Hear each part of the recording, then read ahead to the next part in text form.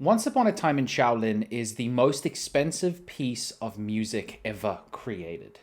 It was released by a group by the name of the Wu-Tang Clan, a rap collective from New York. Now, the story behind it is pretty darn amazing. The album was recorded over the course of about 6 years.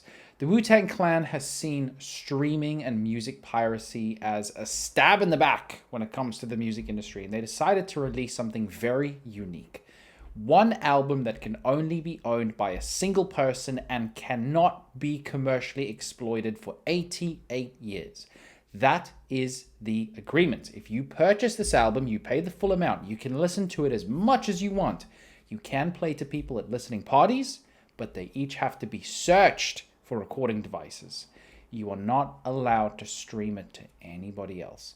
As you can imagine, this caused a bunch of issues for the Wu-Tang Clan's true fans, right? They're like, we want to listen to this.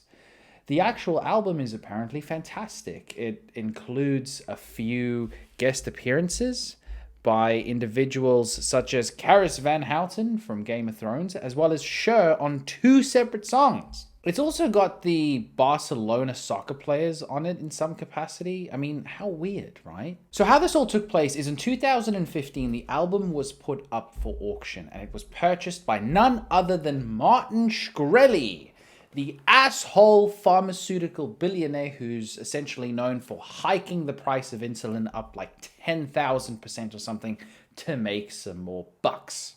Martin Shkreli bought the album and he played it on a few of his live streams to some of the individuals who used to watch him, but he threatened to destroy the album on numerous occasions. Or, which I thought was quite interesting, is he wanted to put the album somewhere super remote and have the average individual like you or me have to travel on this big spiritual quest to get to the album in order to hear it, which I think is quite interesting, and it would have been very, very interesting if something like that had actually happened.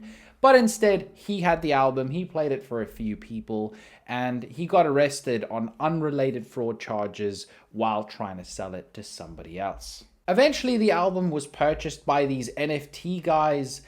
They did a little bit of a video on it, which I will include, where they show the item, they show the box, and they show the actual artwork, etc., etc. And they listen to it, but they don't share any of it.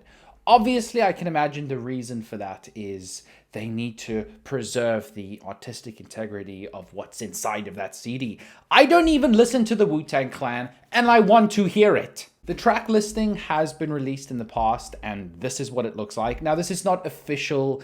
This is what some people have gleaned from like auction documents and different online leaks. But as far as we can tell, this album is very unique and very few people in the world have heard it. The only time that this album will become commercially available is the year 2103. By that time, I will be dead. Or a robot.